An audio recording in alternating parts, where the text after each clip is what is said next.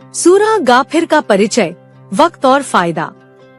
ये सूरह मक्का के उस दौर में नाजिल हुई जब मुसलमानों पर जुल्म का पहाड़ टूटा हुआ था और कुरैश के सरदार नबी सल्लल्लाहु अलैहि वसल्लम को रोकने के लिए हर तरकीब आजमा रहे थे। इस सूरह का नाम गाफिर यानी बख्शने वाला इसलिए रखा गया क्योंकि इसमें अल्लाह की मगफिरत, माफी और रहमत की बहुत बड़ी चर्चा है। ये सूरह उन लोगों के लिए रहमत और दिलासा का पैगाम लेकर आती है जो मुश्किल हालात में अल्लाह की मदद और माफी के मुंतजिर हैं। सूरह गाफिर की उपयोगिता और फायदा। इस सूरह की सबसे बड़ी खूबी ये है कि ये इंसान के दिल में अल्लाह की कुदरत और उसकी रहमत दोनों का यकीन पैदा करती है। ये सूरह बहुत ही दिलचस्प अंदाज में ये समझाती है कि अल्लाह की मार से बचने का रास्ता उसी की माफी और रहमत में है। ये सूरह उन लोगों के लिए बहुत बड़ी हिदायत है जो ताकत और सत्ता के घमंड में अल्लाह के आगे झुकने से इनकार करते हैं। ये सूरह हर मुसलमान को ये सिखाती है कि हर मुश्किल में अल्लाह पर भरोसा रखो और उसी से मदद मांगो। सूरह गाफिर के मुख्य पैगाम और सीख। सबसे पहले तो ये सूरह ये बताती है कि इस किताब कुरान का नाजिल करना गालिब और अल्लिम हर चीज का जानने वाला अल्लाह की तरफ से है।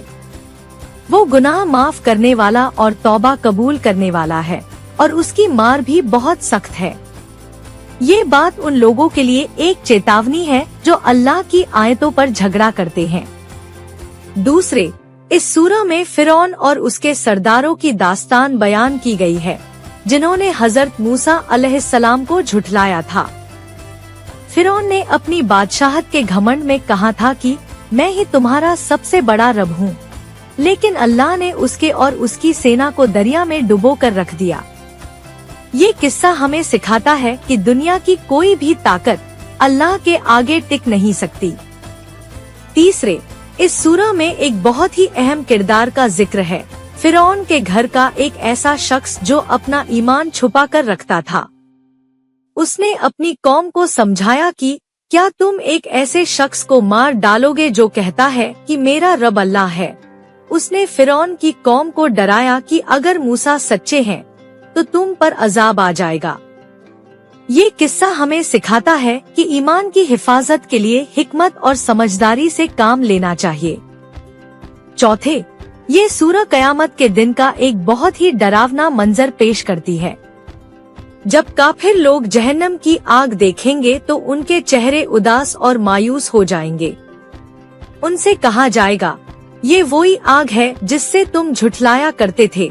उस दिन हर शख्स को उसके किए का बदला मिलेगा, कोई किसी का बोझ नहीं उठाएगा। पांचवें, इस सूरह में अल्लाह की कुदरत की निशानियों पर गौर करने को कहा गया है। अल्लाह फरमाता है कि जरा देखो तो कैसे उसने तुम्हें मिट्टी से पैदा किया, फिर एक बूंद के पानी से, फिर तुम्हें शक्ल दी, कैसे वो रात को दिन में और दिन को रात में बदल देता है, कैसे सूरज और चांद उसके हुक्म के मुताबिक चल रहे हैं। ये सब निशानियां उस एक मालिक की तरफ इशारा कर रही हैं। छठे, ये सूरह नबी सल्लल्लाहु अलैहि वसल्लम को दिलासा देती है कि आपसे पहले भी रसूल झुठलाए गए, लेकिन आखिर में अल्लाह की मदद ने उनका साथ दिया। आप उन लोगों के झूठे दावों से घबराएं नहीं जो कहते हैं कि अल्लाह के बेटे हैं। आपका काम सिर्फ पैगाम पहुंचाना है, हिदायत देना अल्लाह के हाथ में है। आखिर में ये सूरह हमें यही सिखाती है कि इंसान को चाहिए कि वो अपने रब की तरफ लौटे, उससे माफी मांगे और उसी पर भरोसा रखे। दुनिया की जिंदगी बस एक खेल और तमाशा है, असली जीवन तो आखिरत का जीवन है। जो लोग अल्लाह की इबादत करते हैं और उसके आगे झुकते हैं, उनके लिए जन्नत के बाग तैयार हैं। ये सूरह हमें यही याद दिलाती है कि अल्लाह गुनाहों को माफ करने वाला और तौबा कबूल करने वाला है, लेकिन उसकी मार भी बहुत सख्त है।